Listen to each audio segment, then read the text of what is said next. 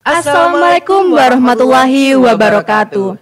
Hai Sang Surya Geng, selamat datang di Mutu Podcast, di mana segala hal akan kita kupas tuntas secara asyik, berisik, dan mendidik tentunya. First, let us introduce ourselves first. My name is Jennifer Arnelita. My name is Angga Bagus Wijaya. And we are representative of Muhammadiyah 7 Vocational High School Gondang Legi. Hi Angga, how are you today? I haven't feel this great, Jen. How about you? I'm good too. Anyway Angga, udah sarapan belum nih? Udah dong tentunya, karena kita itu harus siap untuk menjadi calon-calon pemimpin milenial Muhammadiyah yang bersinar. Mau bersinar juga butuh energi kali Kak Jen, sesuai dengan tema yang kita bahas hari ini. Emang kita bakalan bahas apa sih hari ini? Apa ya? Sesuai dengan edaran yang dibagikan oleh Panitia Muhammadiyah Education Award 2022, tema yang kota kutip hari ini tuh berjudul The Rise of Muhammadiyah Millennial Generation Future Leader and Lightner University Building the Miracles. Waduh, panjang ya. Apaan tuh? Artinya adalah bangkitnya calon pemimpin generasi milenial Muhammadiyah, penerang kesulitan, membangun keajaiban. Intinya apa sih? Intinya adalah pemimpin yang mampu menjadi penerang di saat ada kesulitan. Kalau pemimpin itu harus menjadi penerang, otomatis kan harus bersinar terlebih dahulu dong.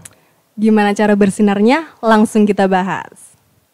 Kita sebagai generasi milenial pasti udah gak asing lagi kan dengan kata leader. Kalau Angga sendiri nih, kalau dengar kata leader atau pemimpin, yang terbesit di pikirannya Angga tuh yang seperti apa sih? Leader. Kalau dengar kata itu, orang yang tergambar di pikiranku itu adalah orang yang mempengaruhi orang lebih besar daripada pengaruh orang lain terhadap dirinya. Well, I'm totally agree with you Angga. Kalau versi aku, pemimpin itu seseorang yang bertanggung jawab di suatu golongan atau kelompok. Ya beda-beda tipis lah ya. Gak beda jauh lah ya. Kalau Sang Surya Geng di rumah gimana? Sependapat juga nggak sama kita? Kalau kalian punya pendapat lain bisa tulis di kolom komentar ya. Oke Angga, dari tadi aku galvok nih. Dari awal perbincangan kita sering banget mention kata milenial. Jangan-jangan Sang Surya Geng di rumah ada yang belum tahu apa itu milenial. Waduh. Oke, langsung aku jelasin aja ya. Jadi menurut Kamus Besar Bahasa Indonesia, milenial adalah golongan atau sekumpulan orang yang lahir antara tahun 90-an sampai 2000-an. Generasi ini tuh yang memiliki kehidupan paling dekat atau relate dengan teknologi, especially internet ya di sini. Jadi mereka tuh bisa dibilang udah serba-serba online lah. Pesen ojek online, beli makanan online. Beli baju juga online. Bener banget. Even bayar tagihan listrik, beli pulsa itu tinggal klik-klik di handphone doang. Bener banget, udah gak perlu ke agen-agen lagi. Semudah itu darling. I see. Gimana nih Sang Surya Geng di rumah? Udah paham kan ya? Oke, back to topic ya Angga. Kalau menurut Angga nih, pemimpin yang bersinar tuh yang seperti apa sih? Kemudian ada nggak pemimpin yang sesuai dengan kriteria bersinar tersebut? Waduh, langsung ada pertanyaan langsung nih ya. Dua nih. Aku jawab dari pertanyaan pertama dulu mungkin ya. Kriteria pemimpin bersinar menurut aku tuh yang seperti apa sih? Sebelumnya di awal udah aku spoiler tipis-tipis nih. Pasti Sang Surya Geng di rumah yang menyimak udah agak ke spoiler lah ya. Jadi pemimpin yang bersinar menurut aku itu adalah pemimpin yang beda dari pemimpin-pemimpin yang lain. Jadi pemikirannya itu inovatif, masih fresh, benar-benar beda lah sama pemimpin-pemimpin lain.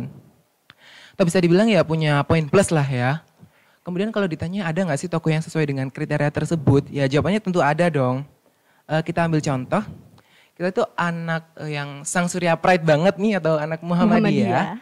Pasti udah gak asing dengan Kiai Haji Ahmad Dahlan.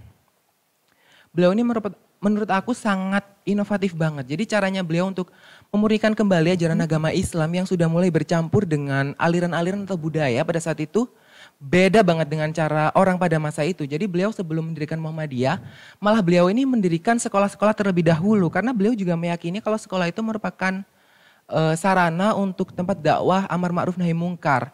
Selain itu sekolah juga diyakini sangat strategis lah untuk pendalaman materi-materi al-Islam serta kemuhammadiyahan.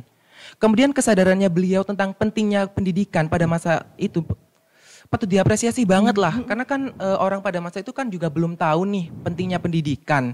Jadi benar-benar beda banget kan dengan orang pada masa itu ya. Sangat bersinar beliau itu. Tentunya Kiai Haji Ahmad Dahlan ini menjadi panutan kita semua untuk menjadi pemimpin yang bersinar nantinya ya. Tentunya. Kalau dari lingkungan terdekat nih, ada nggak? Tentunya ada dong. Spill dong. Dari lingkungan sekolah kita nih, jadi beliau adalah Mr. Fahri dan Mr. Munali. Jadi beliau ini adalah orang-orang yang diberi amanah oleh Majelis Persyarikatan Muhammadiyah untuk menjabat sebagai kepala sekolah di SMK Muhammadiyah 7 Gondang Legi. Oh iya. Kalau Mr. Fahri sendiri menjabat dari tahun 2008 sampai tahun 2021 dan Mr. Munali dari tahun 2021 hingga sekarang. Correct banget. Oke. Jadi sini kita sudah bersama dengan karya-karya beliau.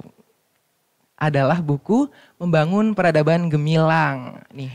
Waduh, tebel banget ya. Bahas apa aja sih ini? Jadi buku ini tuh membahas perjalanan sekolah kita dari masa-masa sulitnya hingga ke masa kesuksesannya sekarang.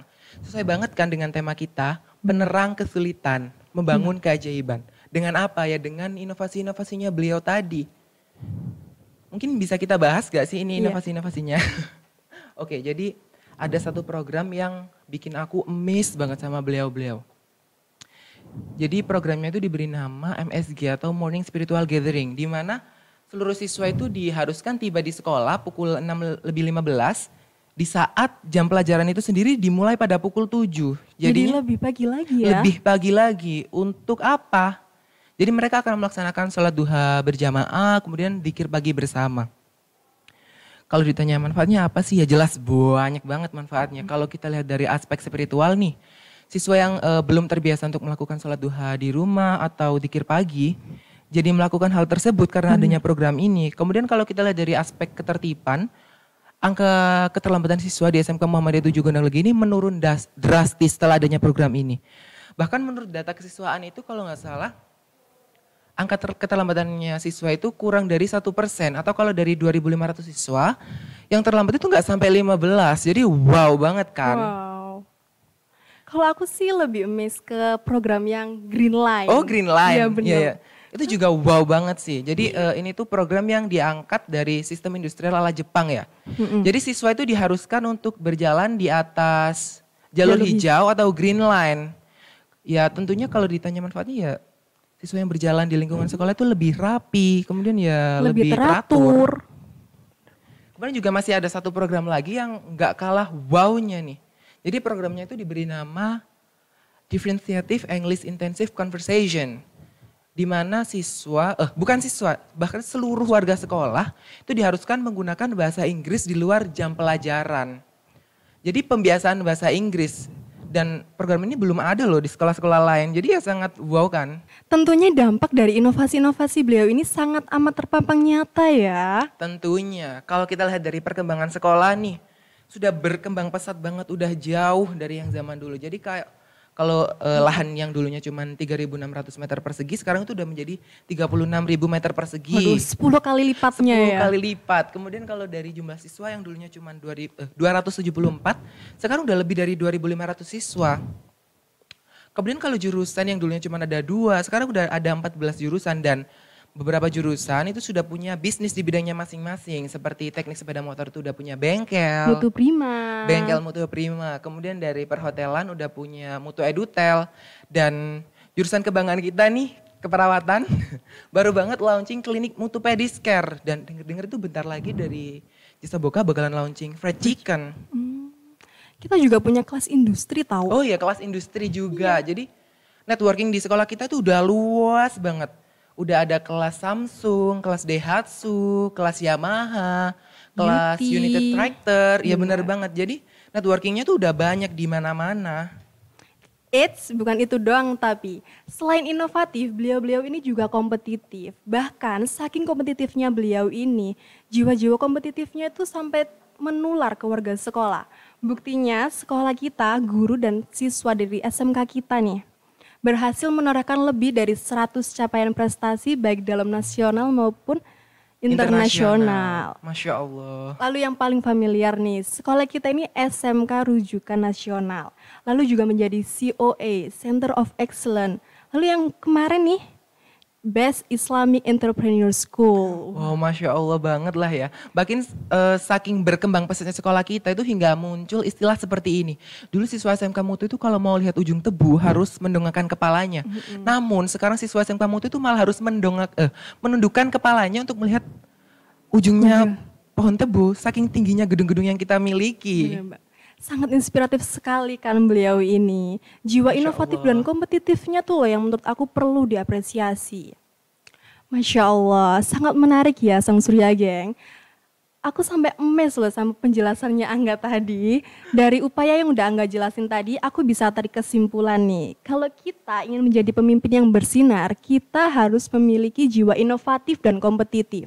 Gak cukup di situ aja tapi, kalau punya inovasi tapi gak langsung dituangkan ya percuma ya Percuma enggak? banget, useless lah ya.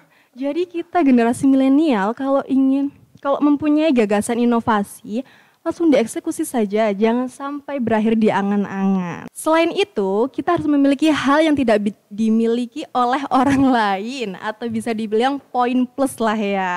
Iya. Wah enggak, kita keisikan ngobrol nih sampai nggak sadar durasinya udah mau habis. Jangan-jangan ini nanti banyak yang di-cut lagi. Waduh. Bercanda ya.